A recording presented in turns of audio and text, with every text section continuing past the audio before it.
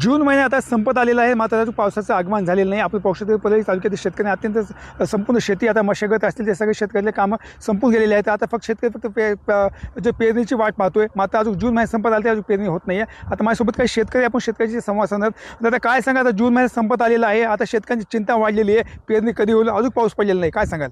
पाऊस पडला नाही, आता आम्ही काय करायचं? कामं समजे शेतातले, नांगरण झालं, पाळ्या झाल्या, दसकट झाला, आता पावसाची वाट पाहतात. आता मिरवून निघून 8 तारीख झाली, आज 22 तारीख आहे, तरी आणि पावसाचा पत्ता नाही. आम्ही गेल्या तुमच्या काळामध्ये पाहिले तर कसं असायचं पहिले? पण मिरगामध्ये पेर होऊन गेलेली आहे, मिरगामध्ये पेर होऊन गेलेली. आता कुठं शेतकऱ्याची चिंता वाढली तुमची? वाढली शेतकऱ्याची चिंता म्हणजे आता आम्ही काय करावं? समजा पावसाची वाट बघत आहे.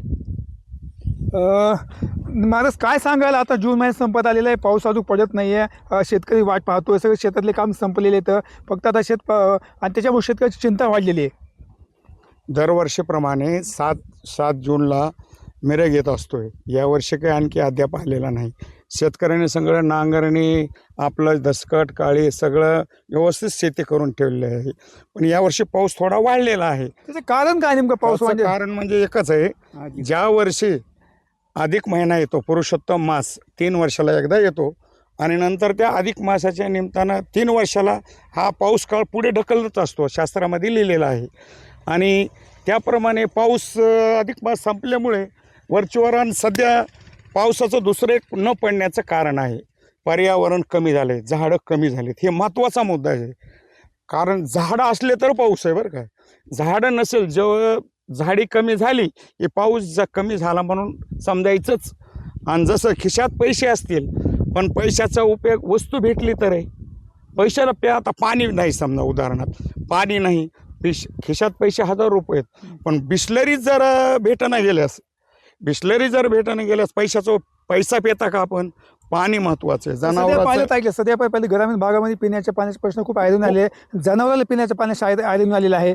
अजून काही दिवस पाऊस नाही पडला तर जनावर पाणी सुद्धा प्यायला मिळणार नाही. अवघड आहे ना. नदीला पाणी नाही, विहिरीला नाही, बोर सगळे कधी न आटणारे बोर आटलेले आहेत. तर शेळ्या आहेत, मेंढ्या आहेत, म्हशी आहेत, दुधावरले जनावर आहेत, चारा नाही सध्या. कोणतरी गोळा करून त्या मुखामध्ये जनावराच्या घालावं लागत आहे. आणि जोपर्यंत झाडं कमी होतील, एकानं जरी झाड कुठं लावलं तर पाऊस जास्त आणखी येईल. पण दुसरीकडे असं म्हणलं जातं की ज्या वर्षी जांभळाचं जास्त पीक येतं त्याशी दुष्काळ पडतो, असं काय आहे का त्या व्याख्येत? जांभळाचं यावर्षी जास्त पिकच आहे, पण लांबणीवर पडलं. हा, पाऊस लांब होते. आणि त्याचं मुख्य कारण म्हणजे पर्यावरण. हे सर्वात बुडात कारण एक आहे.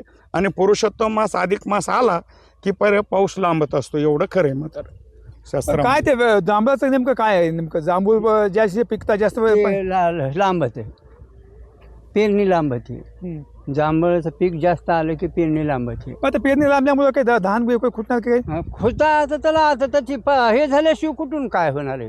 त्याची वाढ, त्याची टाईम झाला पाहिजे तर जमते. नाही तर मिरगातली जशी पेर आहे तसं ही दुसऱ्या पेरीचं काही खरं नाही ना. 10 रोकत आहे ना. काय केलं पाहिजे सरकारने? नेमकं काय केलं पाहिजे बरं शेतकरी? नाही, सरकारने एवढं धोरण धरलं पाहिजे, प्रत्येकाला झाडे लावा आणि झाडे जगवा, हे महत्त्वाचा मूळ मुद्दा आहे. पण जरी झाड आता आपण लावलं, उदाहरणार्थ एक झाड, त्याला पाणी जर घालायचं नसेल, पाणी नसेल तर त्याचं पालन पोषण कसं होणार? झाड जगवायचं म्हणजे पाणीच पाहिजे ना.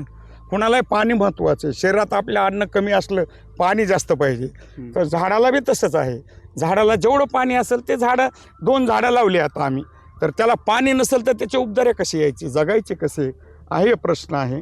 झाडे लावताल तेवढं चांगलं आहे. आणखी हे शेतकरी म्हणाले की झाडं लावले पाहिजे, झाडं जगवली पाहिजे, त्यामुळे पर्यावरण जपलं तर पावसाचं आगमन कुठं होईल. त्यामुळे पाहिजे तर काही दिवसात पाऊस पडेल का नाही अशी शेतकऱ्याची चिंता पडलेली आहे. संपूर्ण शेतामध्ये काम आता झालेलं, तर फक्त शेतकरी राजा फक्त आता पावसाची वाट पाहतोय. कॅमेरा पर्सन बावकामासह मी संभाजी मुंडे, TV9 मराठी, परळी, बीड.